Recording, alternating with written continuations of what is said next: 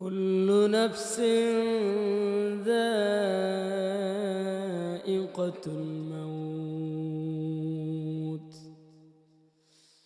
আল্লাহ রাব্বুল আলামিন জানে দেন দুনিয়ার মানুষ, তুমি কোথায় চলছো, কোথায় হাঁটছো, এই কথাটা মনে রাখবা, একটু চিন্তা ভাবনা করবা। দুনিয়ার মানুষ একদিন না একদিন আমাকে আপনাকে মরণশীল মৃত্যু গ্রহণ করায়, মৃত্যুর স্বাদ গ্রহণ করতেই হবে। এই জমিনের ভিতরে আমরা যদি তাকায় দেখি, আজকে সকালবেলা নাকি ঘোষণা হইল বাংলাদেশের একজন সাবেক প্রধানমন্ত্রী বেগম খালেদা জিয়া দুনিয়ার জমিন থেকে চিরবিদায় নিয়ে কবরের পথে রওনা যাত্রী হয়ে গেল।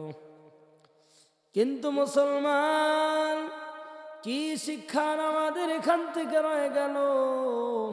আল্লাহ রাব্বুল আলামিন বলেন, ও বান্দা, দুনিয়ার ময়দানে তোমাকে পাঠায় দেওয়া হয়েছে, তার মানে দুনিয়ায় তুমি আজীবন থাকতে পারবে না। দুনিয়া চিরস্থায়ী থাকার জায়গা না।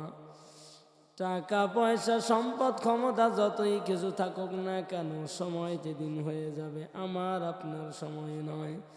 দুনিয়া থেকে কেউ কবরে যেতে চায় না,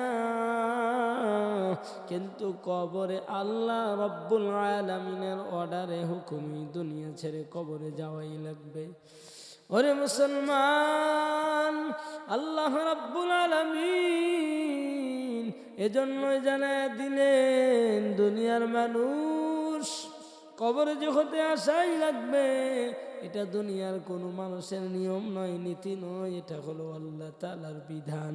তাই আল্লাহ বলেন, বান্দা, দুনিয়ার ময়দান থেকে যখন কবরে আসা লাগবে, কবরে যাওয়ার মাল সামানা রেডি করে নেওয়া লাগবে।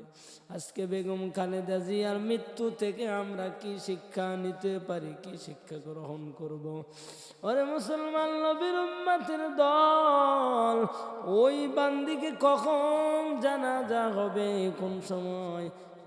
কালকে বিকাল 2 ঘটিকার সময় যদি জানাজা পড়ানো হয়, আরে মুসলমান, এখান থেকে যারা সেই দলের ও মতের যারা ভক্ত ছিলেন, আপনারা শিক্ষা গ্রহণ করে নেন। এত সুন্দর সময় পরিবেশ চলে আসলো, অর্থাৎ অনেক লম্বা সময় পর্যন্ত দুঃখের মধ্যে ছিল।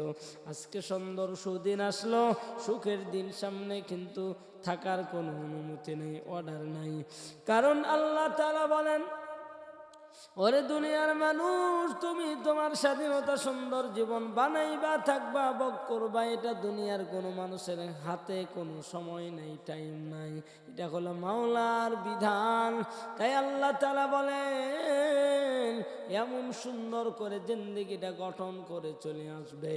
ওই যে ওই ব্যাপারটা নিয়ে যদি বলি, পল্লী কবি জসিমউদ্দিন তো একটা কথা বলেছিলেন, ওই সবার চোখে হাসবো আমি, কাঁদবো সবার দুঃখে, নিজের খাবার বিলিয়ে দিব অনাহারীর মুখে।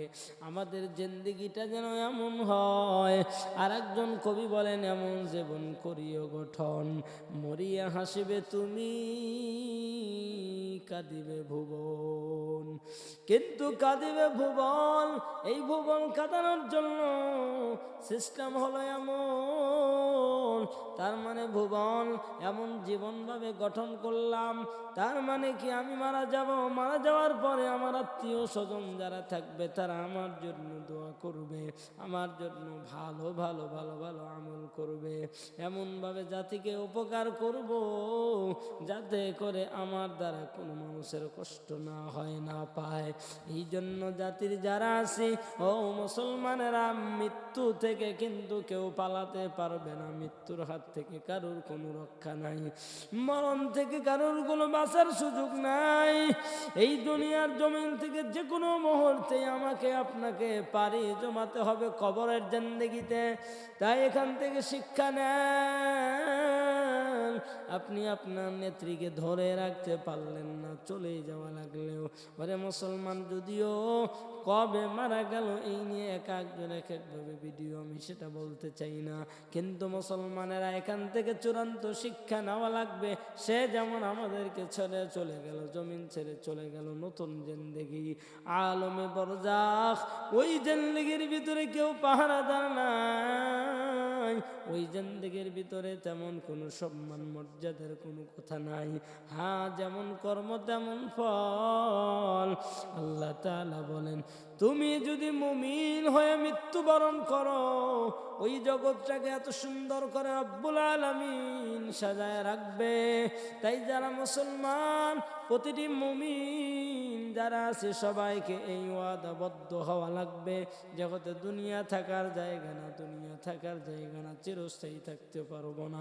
তাই এত সুন্দর করে জীবনটা সাজানো লাগবে, এত সুন্দর করে জীবনটা গঠন করা লাগবে, যাতে করে আমাদের সকলের জিন্দেগি জীবনটা হয় আমরা দুনিয়া থেকে যেন হাসতে হাসতে ঈমান নামক দৌলত নিয়ে কবরে যেতে পারি। আর কবরের মাল সামানা গুছাইয়া নিয়া যাওয়ার জন্যই তো আল্লাহ দুনিয়াতে আমাদেরকে পাঠিয়ে দিয়েছিলেন। আল্লাহর পয়গম্বর বলেন, আর দুনিয়াও মাজরাতুল আখিরা, দুনিয়া হলো আখিরাতের ক্ষেত, এখানে আমরা ফসল লাগাবো, যেটা ওপারে গিয়া পরপারে পরকালে জিন্দেগিতে আমরা পাইতে থাকবো। তাই মুসলমানদেরকে অনুরোধ করে বলে যাই, এমন জিন্দেগি গঠন করেন, এমন জিন্দেগি বানায় ফেলেন। ওরে মুসলমান, সরল কয় প্রকার? এক প্রকার মানুষ একজন আলেম বন্ধুকে স্মরণ করে, কিন্তু তার স্মরণের দ্বারা শুধু ফুল দেওয়া দিয়ে শেষ না, তার স্মরণের ব্যাপারে শুধু শোক বার্তা, কালো পতাকা ইত্যাদি ইত্যাদি দিয়া তার মানে এটাই শেষ না। ওরে মুসলমান, জন্ম মৃত্যু বার্ষিকী পালন করা, স্মরণ করা না, এটা নয়। কেমন? আমি মারা যাব, আমি মারা যাওয়ার পরে আমার সন্তান 5 বেলার নামাজ আদায় করবে, 5 বেলার নামাজ আদায় করে দোয়া করবে, ও আল্লাহ আপনি আমার মা বাবার কবরটা জান্নাতের বাগান বানায় দেন। তাই এমন এক সন্তান, মানুষ মারা গেলে আমলের সকল দরজাগুলো বন্ধ হয়ে যায়, কিন্তু আপনি যদি নেক সন্তান রেখে যেতে পারেন, এটা সদকায়ে জারিয়া। এরপরে যদি ভালো ভালো জিনিস জাতির কল্যাণ মুক্তির জন্য বানায় রেখে যেতে পারেন, কিন্তু এই আমলগুলা হলো অতিরিক্ত, মূল আমল হলো আমার জিন্দেগিতে করে যাওয়া লাগবে। 5 বেলার নামাজ আদায় করা লাগবে, কোরআনী জীবন ব্যবস্থা কায়েম করা লাগবে। আমার জীবন লাইফ যদি কোরআনের সাথে না মেলে, নবীর সুন্নাতের সাথে না মেলে, দুনিয়ায় আসা যাওয়াটাই ব্যর্থ। এই জন্য মুসলমান, এখান থেকে মুসলমানদেরকে অনুরোধ করে বলে যাই, চূড়ান্ত শিক্ষা নেন। আপনাদের জিন্দেগিটা যেন এমন হয়, আপনার জীবনটা যেন কোরআন হাদিসের সাথে মিলে যায়। আপনার লাইফ যদি কোরআন সুন্নাহর সাথে না মিলে, আমার মাওলা যদি কবরের মধ্যে জিজ্ঞাসা করে, মুসলমান, ওই কবরে যে 3টা প্রশ্নের জবাব চাওয়া হইবে, ওই 3টা প্রশ্ন কিন্তু রব্বুল আলামিন দুনিয়ায় আউট করে দিয়েছিলেন। 1 নম্বর প্রশ্ন, তোমার রবকে? রবকে এটা শুধু আল্লাহ আল্লাহ জিকির করলে পরিচয় পাওয়া যাবে না। আল্লাহর যারা প্রকৃত বান্দা হবে, 1টা সেকেন্ডের জন্য আল্লাহর বিধান ছেড়ে দিবে না, আল্লাহর হুকুম ছেড়ে দিবে না। আর যারা নবীর উম্মত হতে চায়, শুধু রসুলের উপর দরুদ দিয়া না, শুধু মিলাদ পড়ানো দ্বারা রসুলের উম্মত হওয়া যায় না। তার মানে নবীকে অনুসরণ করা লাগবে। জিন্দেগির 24টা ঘন্টা সময় রসুল কেমনে ঘর সাজাইলেন, পরিবার সাজাইলেন, সংসার সাজাইলেন, নবী আমার কেমনে ইবাদত বন্দেগি করলেন, রসুলের তরিকায় যদি আমরা ইবাদত বন্দেগি করতে পারি, তাহলে দেখবো আমাদের জীবনটা সফল হয়ে যাবে। নচেৎ যদি দুনিয়ার আজে বাজে জিনিস দেয়া জীবন সাজায়, পরকালে আমরা কিন্তু জবাব দিতে পারবো না।